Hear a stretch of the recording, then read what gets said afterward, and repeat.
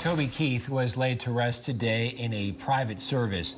The country music star died more than a week ago after a 2.5-year-long battle with stomach cancer. We know plans are in the works for a memorial so the public can say goodbye. Tonight, Robin Marsh sits down with one of the singer's closest friends, Barry Switzer. Let's start in great Las Vegas. Get the MGM. I talked to him on FaceTime the week before. He was at home then. Coach Barry Switzer reflects on his final conversation with his longtime friend, Toby Keith. Toby knew everybody, and everybody certainly knew him, and he had a lot of people that he was close to, but he was close to my family. Switzer says, "We lost a giant of a man when Toby passed away." We talked like two men talking to each other, and it wasn't ever me giving him advice. He'd give me advice. I look at him as someone just like me. I asked Coach Switzer to come and share about the man he loved so much. And he told me the story when he first met Toby. It was in the 90s. Barry was actually the head coach of the Dallas Cowboys. He came back home to Norman for the alumni football game, where the country music singer was determined to play ball.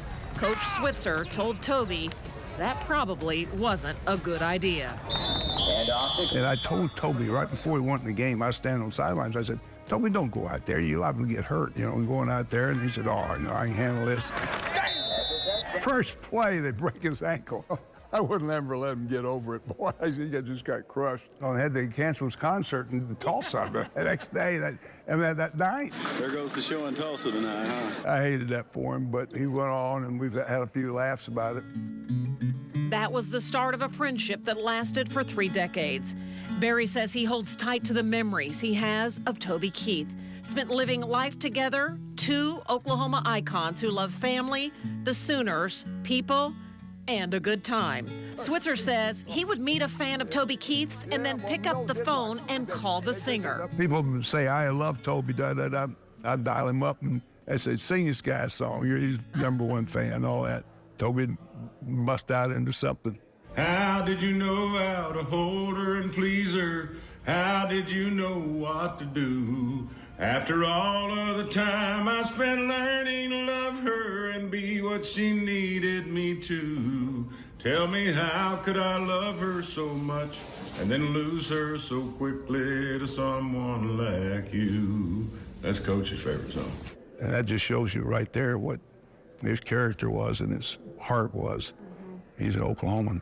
The 86-year-old Switzer says he never thought Toby would leave this earth before him, recalling what Toby once told Barry's son. He told him, he said, "I'm at Coach's funeral. I'm gonna blow it away. I'm gonna play all the songs that he liked." So he said, "I'm gonna take it over." He told Hunter that, and now it's just boom. I'll be going to his service instead of him going to mine. How do you maneuver through those dark hallways? Faith. Yeah, you have to have your faith. It's, thank God that I got it too, but it's in my DNA. That interview you did with him is spectacular because it really, really told you about where Toby had so much dignity and charisma that he carried with him in the end there. The grace, the dignity that showed through in that interview is he knew he was in a good place no matter what happened, and he was ready for whatever happened. There wasn't anyone really like him.